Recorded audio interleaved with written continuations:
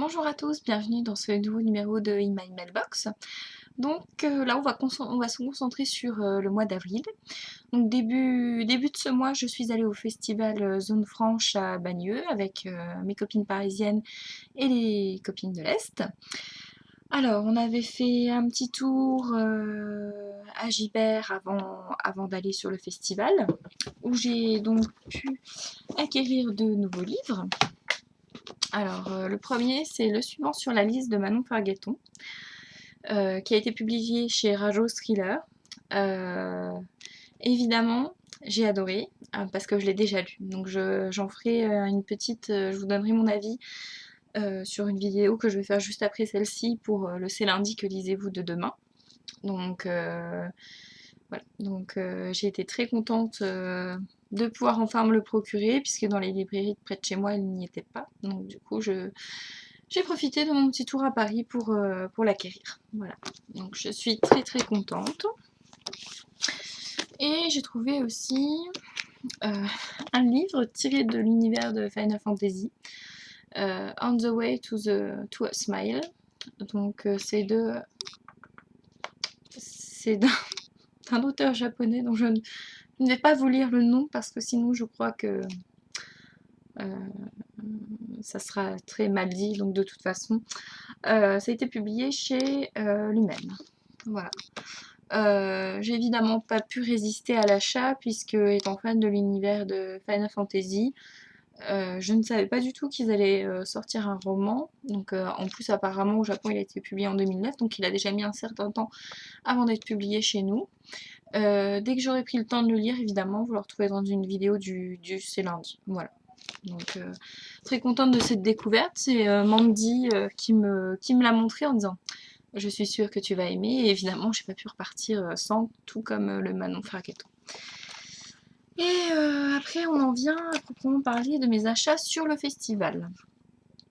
Alors, finalement, j'ai pas acheté grand chose. J'ai acheté l'artbook Black and White donc de Mathieu Coudray. Donc c'est Mythologica qui publie ça. Donc c'est un petit artbook tout en noir et blanc, donc sans texte. Voilà. Donc, par exemple, on peut retrouver les chats célèbres de Mathieu et également l'affiche du Salon Fantastique qu'il a fait de l'édition 2013. Voilà, par exemple, pour vous donner quelques exemples. Très beau petit ouvrage. Franchement, je m'attendais pas trop à ça. Je m'attendais pas à ce format. Et voilà, il était à 6 euros. C'est très accessible pour découvrir du coup un auteur. Alors évidemment, c'est en noir et blanc, mais je trouve que ça donne justement un certain charme aux illustrations et pour découvrir et Mythologica et Mathieu Coudray, ça peut être déjà un bon petit artbook. Ils en font un autre aussi, mais l'univers était un peu trop dark dedans. Ça ne m'aurait pas étonné qu'il y ait des clowns. Donc du coup, j'ai passé mon chemin, bien que l'illustrateur avait l'air très sympathique. Et du coup, j'ai un peu regretté par rapport à l'illustrateur, mais les dessins, non, c'était pas dans ce que j'aime, donc voilà, dommage. Et aussi, j'ai découvert Miss Gizmo. Donc en fait, au festival Zone Franche, ça se passe dans une grosse salle des fêtes en fait.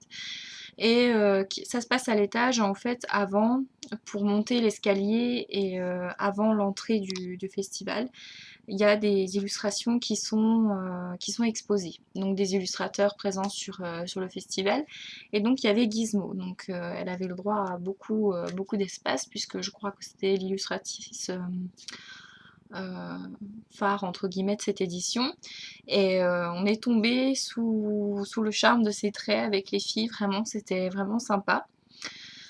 Et donc, je n'ai pas pu résister. J'ai pris un pack où j'avais donc une affiche A4, enfin un peu plus grosse qu'un poster, format poster, pardon, 3 badges, et surtout un artbook, un sketchbook et un petit livret préquel en fait à la BD qu'elles vont bientôt sortir avec Iris. Donc je vais vous montrer déjà le sketchbook. Alors moi ce que j'aime beaucoup avec ce genre de petites choses, parce que ça met... ça présente déjà l'univers des illustrateurs et des auteurs. Tout comme Aurore Black Cat, j'aime beaucoup. Elle en fait environ un par an ou tous les 2 ans. Et j'aime bien parce que finalement, ils montrent leur progression, leur travail au cours des années. Et ça peut être... ouais, ici, il n'y a pas trop... voilà, par exemple, ça peut être autant des croquis que des choses voilà, déjà terminées. Et c'est ça que j'aime. Et en fait, Iris et Miss Gizmo, en fait, ont fait ça toutes dans la lignée fait, de Paris in Vitro. Donc de leur BT qui sera à paraître bientôt. Voilà. Donc ça c'est l'artbook qui présente également les personnages. Donc là c'est plus poussé, tout est... Voilà. La qualité est très très bonne. Et comme j'ai pris le gros pack, enfin l'un des plus gros, j'ai eu aussi, donc ça c'est en simple petite feuille, c'est pour mettre en fait, c'est une petite mise en bouche avant la BD. Voilà. Donc il y a plus de texte. Voilà, c'est quasiment que du texte. Je vais vous montrer aussi le poster que j'ai déjà encadré.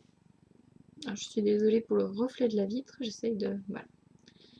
Ça symbolise le printemps et j'ai choisi celle-ci parmi... Bon alors, elle en avait beaucoup de posters. Mais en fait, moi j'ai choisi...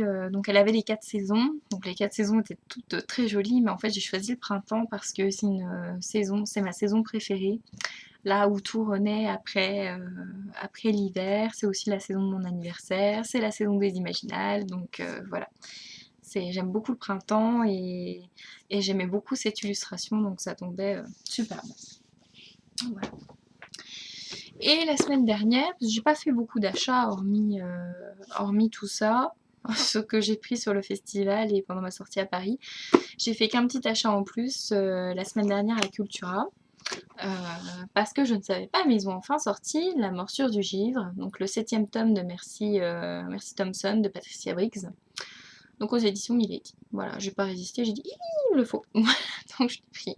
Je l'ai pris parce que j'ai eu une grosse période Bitlit, donc j'en ai acheté beaucoup, des commencements de séries et tout, et en fait je suis très attachée à Merci Thompson et à Anita Blake, à Mary Gentry aussi, mais vu que c'est plus problématique au niveau de la diffusion de la série, voilà. En plus l'auteur est décédé, donc il n'y a que 7 tomes parus aux États-Unis, il me semble. Et ben tous les autres, je sais pas trop ce que je vais en faire parce que maintenant j'ai mes héroïnes favorites, j'ai pas trop envie de découvrir autre chose parce que finalement c'est quand même un peu toujours la même chose, il faut pas se leurrer.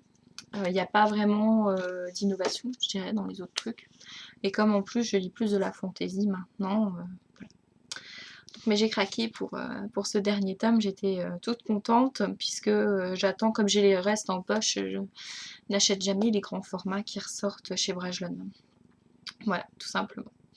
Donc c'est ici que je vous laisse. Je vais faire un petit point sur mes lectures dans une vidéo de C'est lundi. Et je vous retrouve, je pense, après les Imaginales pour ma petite vidéo consacrée au festival et à mes achats dessus qui risquent d'être encore nombreux. Voilà. Bonne semaine à tous et à très vite.